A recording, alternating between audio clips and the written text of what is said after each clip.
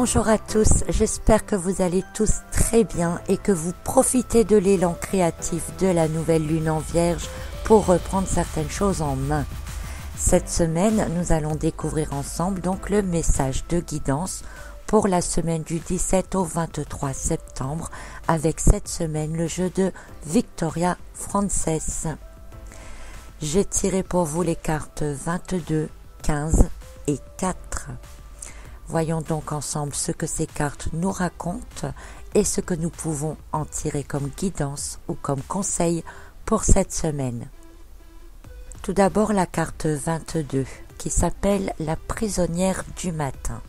Un peu comme un personnage qui se réveille encore léthargique, se demandant où il est, ce qu'il fait là, ce qui lui est arrivé, comment cela lui est arrivé, pourquoi il en est là, etc. Il faut parfois un moment pour se réveiller, pour comprendre, et certaines choses ne proviennent évidemment pas de nous.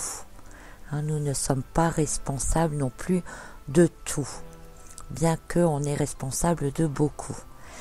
Donc on peut ressentir que l'on a donné beaucoup d'énergie, beaucoup de temps, et pourquoi ? Eh bien parfois rien, peu ou pas ce qu'on espérait. Rappelez-vous alors l'importance de se détacher de l'attente. Cela fait plusieurs semaines que j'en parle, ça ressort à chaque fois, c'est que c'est très important, parce que l'attente rend finalement malheureux. Et pourquoi attendre ce que bien souvent on peut se procurer soi-même ? Plus on est bien dans sa peau, plus on est indépendant, plus on peut réaliser des choses qui nous correspondent totalement. Et finalement, plus on attire ce qui vibre comme soi. Certains peuvent souffrir de ne rien voir venir, de ne pas obtenir de résultats alors qu'ils donnent beaucoup, qu'ils font beaucoup. Ça peut être à propos d'un projet, ça peut être à propos d'une relation. Ils se sont beaucoup investis. Et pourquoi s'acharner ? Pour finir par être démoralisés. Et cela ne fait que baisser vos vibrations. Il est peut-être temps de comprendre que ce n'était peut-être pas la bonne solution, la bonne manière de faire, la bonne période ou encore la bonne personne. Vous avez vécu une expérience qui vous a fait apprendre quelque chose. Et c'est tout ce que cela doit vous apporter ou laisser en vous. Parce que rester sur des regrets, de la colère, un sentiment d'injustice ou encore s'acharner sur un projet, ça ne sert à rien. Ça n'évoluera pas plus pour autant. Bien sûr, vous êtes dans l'espoir que ça évolue, puisque vous vous investissez. Mais si vous êtes dans l'espoir que ça évolue parce que vous vous investissez, encore une fois, vous êtes dans l'attente. Donc finalement, vous attendez quoi ? Bien souvent, on ne sait même plus comment ça a commencé, comment on s'est motivé, comment on a eu l'idée. Et puis on avait certainement un objectif de départ en tête. Et puis entre deux, notre objectif a changé, parce que soi-même entre deux, on a changé. Donc on continue d'avoir des actions dans le sens d'un but précis, avec un objectif précis, en étant dans l'espoir que cela arrive, alors que finalement entre deux on a changé d'objectif et que donc en fait on s'acharne sur des actions qui ne sont plus en accord avec l'objectif. Comprenez que ce n'est pas logique tout cela pour ceux qui arrivent à me suivre. Merci. Une carte en fait qui nous parle donc de revoir nos objectifs, de comprendre qu'il ne sert à rien de rester sur des choses passées, que d'autres solutions, d'autres relations sont disponibles autour et qu'il est temps de penser à autre chose. Ce que vous avez fait, vécu ou ressenti doit vous servir de base pour ne pas reproduire d'erreurs ou re-rentrer dans un cercle répétitif. Soyez innovants. Tout simplement. La deuxième carte, c'est donc la carte 15 qui est dans l'optique de ce que je viens de vous dire. C'est une carte qui parle de se laisser aller, de se libérer, de se décharger de problèmes en disant que la tristesse, la colère, le fait de s'enfouir dans des souvenirs, d'être dans l'espérance et l'attente ne vous amèneront strictement à rien d'autre qu'à vous affaiblir intérieurement.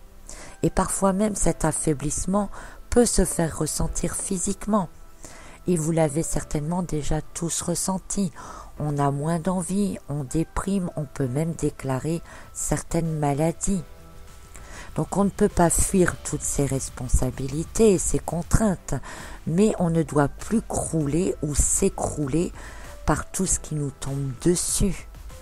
Il est important d'apprendre à s'en libérer, soit en partageant certaines tâches, soit en vous accordant des moments pendant lesquels vous pouvez tout oublier. C'est, je le répète, la période de rentrée, ça reste le bon moment pour entamer une activité, vous inscrire dans un club ou tout simplement prendre de nouvelles habitudes pour aller vous défouler, vous reconnecter à la nature, etc.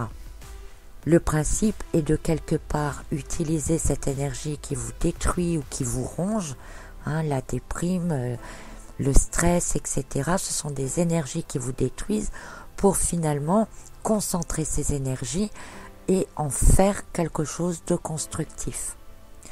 Donc avec la carte précédente, on peut dire que vous ne devez plus vous acharner pour des choses qui ne donnent pas de résultats. Et au lieu de gaspiller de l'énergie à cela ou à déprimer dans votre coin, à attendre des choses qui ne viennent pas, eh bien dépensez donc cette énergie dans autre chose. Soyez créatif. Commencez à écrire un nouveau chapitre de votre vie. Nous sommes en plus encore donc dans la période de rentrée. Je vous le rappelle, c'est toujours le bon moment pour prendre des bonnes et nouvelles résolutions. D'ailleurs, rentrée ou pas rentrée, début d'année ou pas début d'année, prendre des bonnes résolutions, c'est toujours le bon moment. D'ailleurs, vous devriez ressentir cet élan et cette envie de passer à autre chose, d'entamer quelque chose de nouveau et de prendre donc des résolutions. Si vous écoutez bien ce message, ça s'appelle tout simplement de la motivation. La troisième carte de la semaine, c'est la carte numéro 4. Cette carte, c'est tout simplement un bon résumé des deux cartes précédentes, indiquant de ne pas avoir peur de modifier vos plans, de changer certains de vos comportements, de vous libérer. Une carte qui rappelle que c'est vrai que vous pouvez avoir l'impression d'abandonner. Et c'est difficile pour vous, surtout si vous vous êtes beaucoup investi. Après tout, c'est vrai, pourquoi abandonner maintenant, après tout ce que vous avez déjà fait? Mais la question que je vous pose est plutôt dans le sens inverse. Oui, vous avez déjà fait plein de choses qui n'ont pas fonctionné. Pourquoi ne pas faire autre chose? Et garder vos expériences comme des leçons apprises.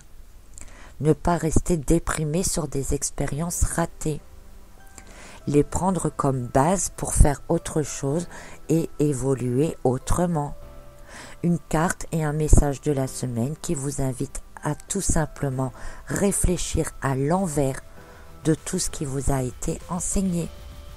Non, on n'abandonne pas, on transforme, c'est différent. Non, on n'oublie pas, on a appris, c'est différent. On fait simplement le choix de ne plus attendre, de ne plus souffrir de cette attente, de ces regrets, de ces échecs. On fait le choix d'avancer, de faire autre chose, de découvrir d'autres choses. On transforme des énergies lourdes et pesantes, destructrices, en énergies créatrices. On lâche prise sur tout ce dont nous ne pouvons pas avoir de véritable contrôle, sur tout ce qui ne dépend pas de nous, pour nous concentrer sur ce que nous pouvons faire réellement, concrètement, par soi-même. Parce qu'en se concentrant là-dessus, on remonte donc nos énergies, on agit avec joie, on se rebooste et tout cela donne tout simplement envie d'avancer, de continuer, d'aller plus loin, de créer toujours plus. Et c'est ainsi que petit à petit, vous avancez en laissant la possibilité à l'imprévu de venir s'intégrer dans tout ce que vous faites. Vous n'êtes plus dans l'attente de quelque chose de précis, mais vous prenez tout ce qui vient. Et ceux qui associeraient ce message à des relations, bien simplement, petit à petit, viendra vers vous des personnes qui sont dans les mêmes énergies que vous. Donc c'est quelque part un changement de mentalité qui nous est proposé de travailler au cours de cette semaine. Voyez les choses autrement, posez-vous les questions à l'envers. C'est un exercice pas toujours facile parce qu'il va à l'encontre de tout ce que l'on vous a appris, de tout ce que l'on est, de la majorité de la compréhension des personnes qui vous entourent. Mais tant pis, faites-le pour vous, tentez cet exercice, voyez l'expérience que vous pouvez en tirer. Voyez les changements qui se produiront dans votre manière d'agir. Alors oui, c'est l'histoire de ceux qui voient le verre à moitié plein contre ceux qui voient le verre à moitié vide. Alors essayez de voir le verre dans l'autre sens de ce que vous pensez qu'il est et vous verrez peut-être des différences, vous envisagerez peut-être d'autres réponses, vous verrez peut-être d'autres solutions, d'autres compréhensions. Vous aurez peut-être d'autres points de vue et je vous assure que cela vaut le coup d'essayer. Je vous laisse donc travailler cet exercice et je vous retrouve très bientôt pour une prochaine guidance.